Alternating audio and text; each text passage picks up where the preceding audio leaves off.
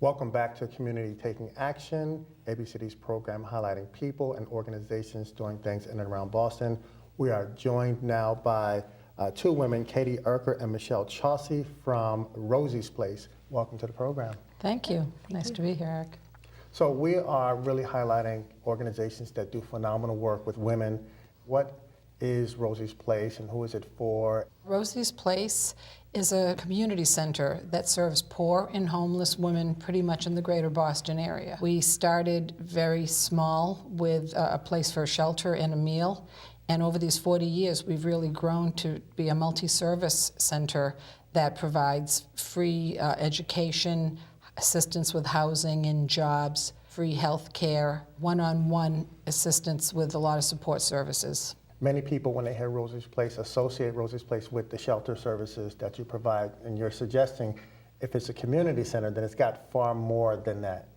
Yes, I think that over time, we've evolved based on what our guests need. We've met them where they are. And so when women started coming to us, for instance, who weren't speaking English, we really see women from many countries these days. We said, okay, we're going to provide free ESOL classes, free literacy classes, and that's really how we've grown to be so varied with so many of our services. How many guests do you service in a year? Last year we saw over 12,000 women. We've served lunch and dinner every day, 365 days a year since we opened. We started serving breakfast as well.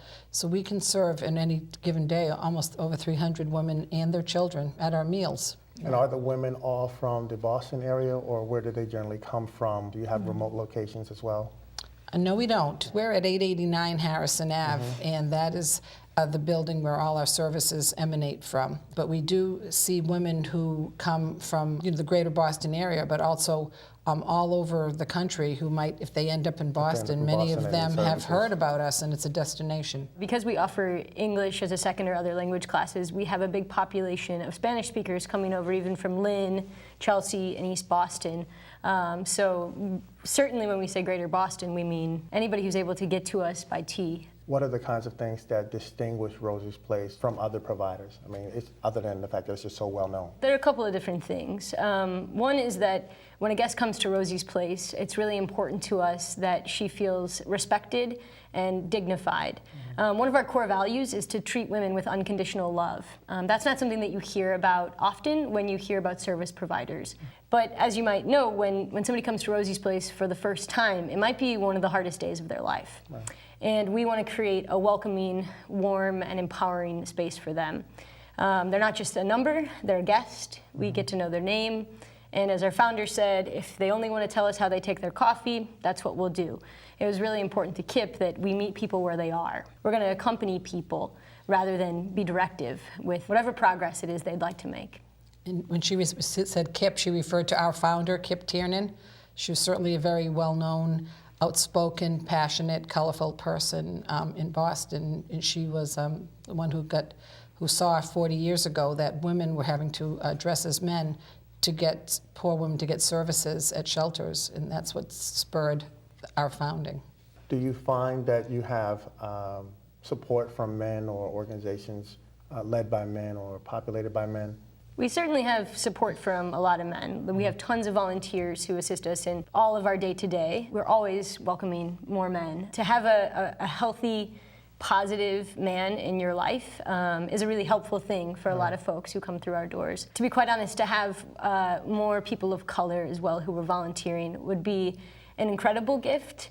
To see somebody who looks like you, and to see a man who wants to invest in you because he believes you're worth it. And I'd like to add that, we have many, many donors who are men as well as men who sit on our board.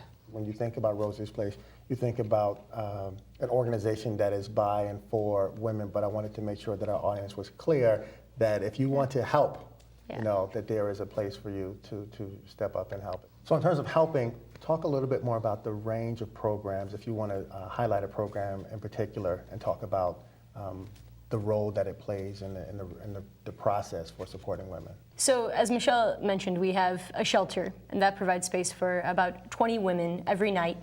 We also have a dining room that provides meals. I'll tell you about self-advocacy, though. That's the program that I work in.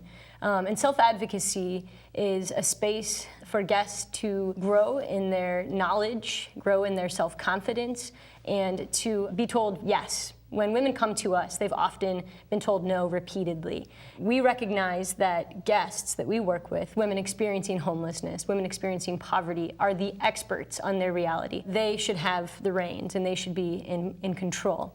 So we use a strengths-based approach to work with women in making a plan for whatever goals they have so that they can say something as small as, you know, I'd like to become healthier and exercise more, or something as large as, I want to really sort out my immigration status and get housed.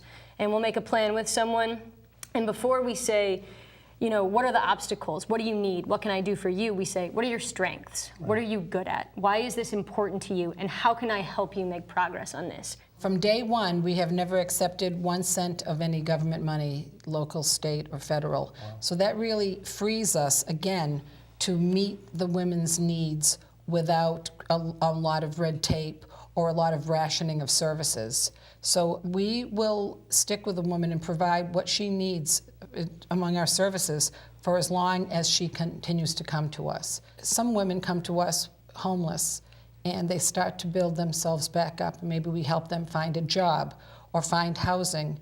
We'll still go visit them at their homes to make sure that they can stay housed once they get into their homes. So we really are here for a full spectrum of needs. I am so glad to have you all on the program. I have been aware of Rosie's Place for as long as I have been in Boston. I'm glad that you all are still doing the work that you do, and would love to have you back on the show to talk about another program and how we can certainly work together. Okay. Well, we'd love that. Thank you very much. Absolutely. And if someone is interested in getting information about Rosie's Place, they should go to www.rosiesplace.org, or they can call 617-442-9322. Thank you again very much. Thank you, Eric. Thank you. Thank you for joining us on Community Taking Action. I'm your host, Eric Mitchell. Until next time.